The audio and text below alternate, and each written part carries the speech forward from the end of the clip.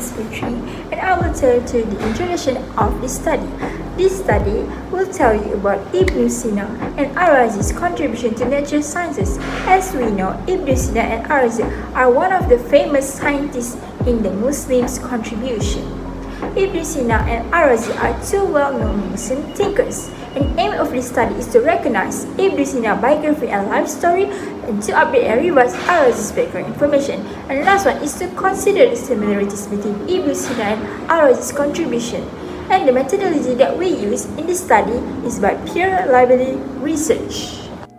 Assalamualaikum warahmatullahi wabarakatuh. My name is Nur Ajmal Shamila binti Nazaruddin, and I would like to continue with our first question, which is, who is Ibn Sina? Ibn Sina is also known as Avicenna, and he is one of the most famous Muslim scholars in the field of natural science. His full name is Abu Ali al-Husayn ibn Abdullah ibn Hassan ibn Ali ibn Sina. He was born in the village of Afshana, which is near the city of Bukhara, around 980 century. He was a dedicated student who memorized the Holy Quran by the age of 10. And by the age of 16, he had mastered in a few different subjects such as theology, mathematics, and also astronomy. But then, he switched his attention to the medical area and qualified as a professional physician at the age of 18.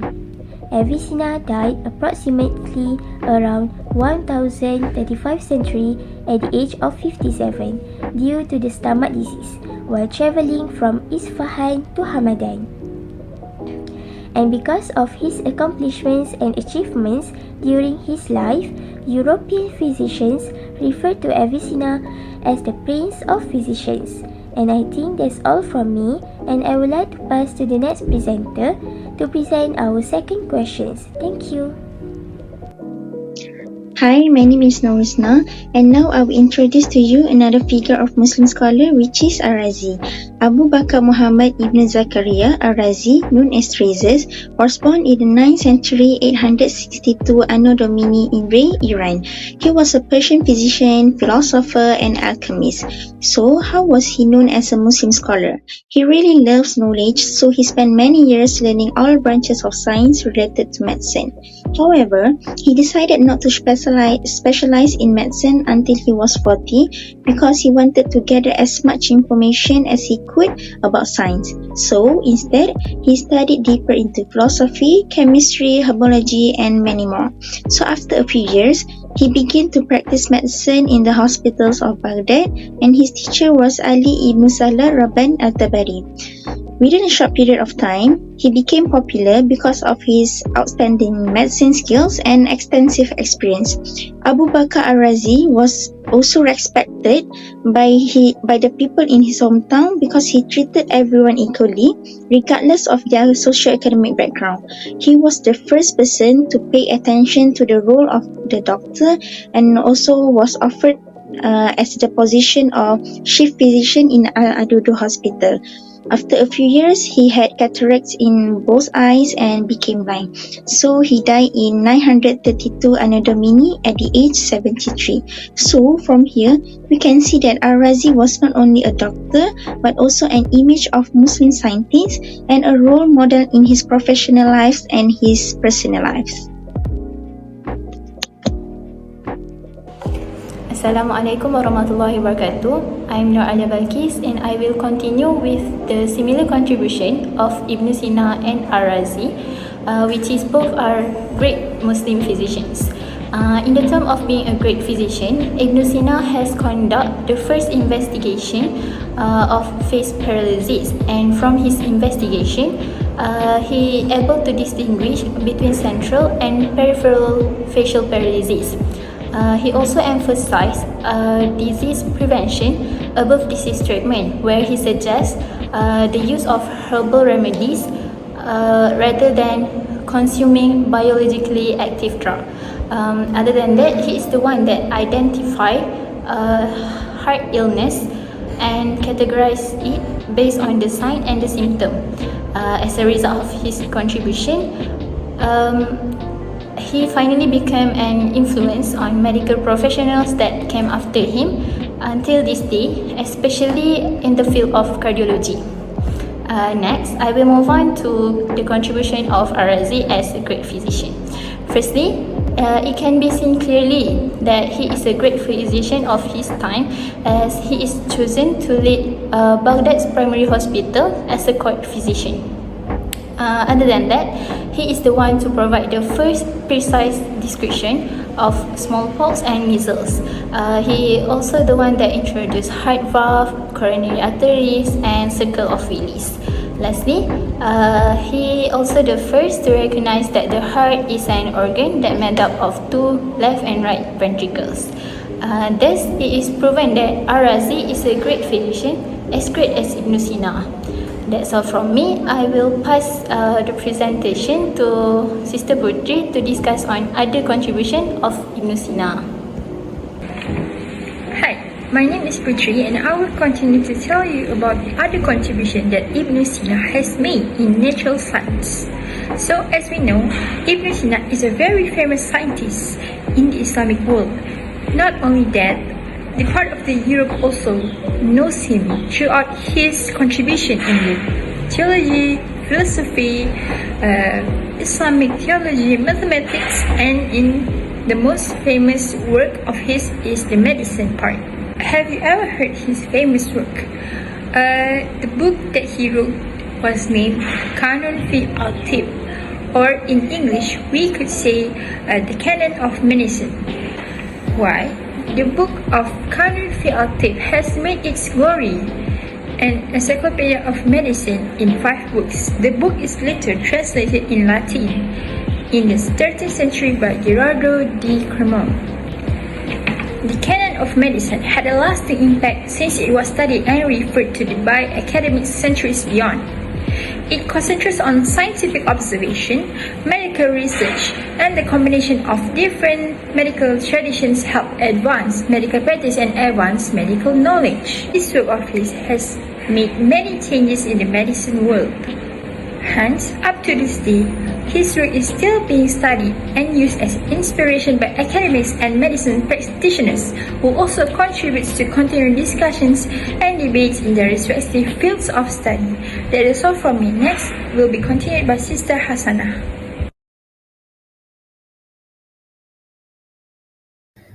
Bismillahirrahmanirrahim. Assalamualaikum warahmatullahi wabarakatuh. So now I will continue with other contribution of Ar-Razi in natural science. Before that, my name is Nur Hasanah binti Muhammad Ibrahim.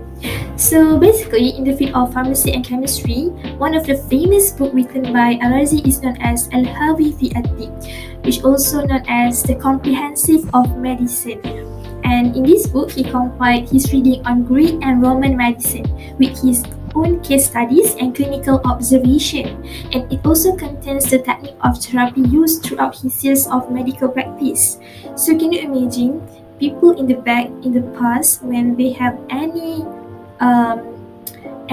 problems in finding the best medications that suits with their specific disease, they will use this book as their source of reference. So basically in the past they have shortage of doctors and also pharmacists. They still not have many people who can help them to find the treatment and also the solution for their disease. So they came this book, which play a very significant and crucial role for the people to find the solution for their disease. Okay, so among the medicine described in this book is saffron. It is the spice obtained from the stigmas of the flower of Crocus sativus, the one that has been displayed in the slide, which is the purple color flower. So in this book, Ar-Razi suggests that the ingestion of 6 to 7 grams of saffron induce the delivery. So actually, Ar-Razi has been prescribed with this dose so many times and it works. The result is often positive. So people who read this article, this book, they will find and gain new knowledge, new information regarding the medicine, so they can use that and implement that in their own life. So whenever they have been encountered with this kind of disease, they will find the solution quite easily, because they just have to read the book, read the information, and see the guidelines and the guidance of each medication written by Arazi. So saffron actually has many other benefits. In this book, Arazi has classified all the benefits of each medication, which is very helpful for the current generation, past generation, and future generation to find the best solution for their disease. Okay, next, Arazi is also a good chemist. Among his first discoveries are sulfuric acid and ethanol. Like we all know, sulfuric acid is widely used in the formation and production of phosphoric acid. Same as ethanol. Ethanol is widely used currently as in the preparation of medicine. And he also wrote a book entitled Kitab Sir al-Asrar, Book of Secrets, which deals with chemistry. In this book, Arazi concludes his statements of purpose with three subjects, which are the knowledge of substance, the knowledge of equipment, and the knowledge of procedures. Like we currently, as a student of pharmacy, we are using lab so many times, and there are so many experiments that we need to deal with. So can you imagine that we have actually implement and use all the guidelines given by Arazi in the past? Like we need to Arazi details in the book of Kitab Sir al-Asrar how a laboratory should be run, what should be done first, what should be done second.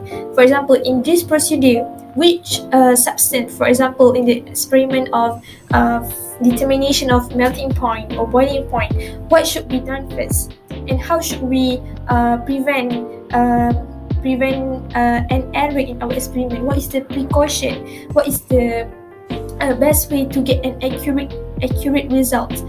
These things are all being discussed and explained by Arazi in his book, which is Kitab Sir al-Asrar, Book of Secrets, which is so beneficial for our current generation and also future generation, as well as the past.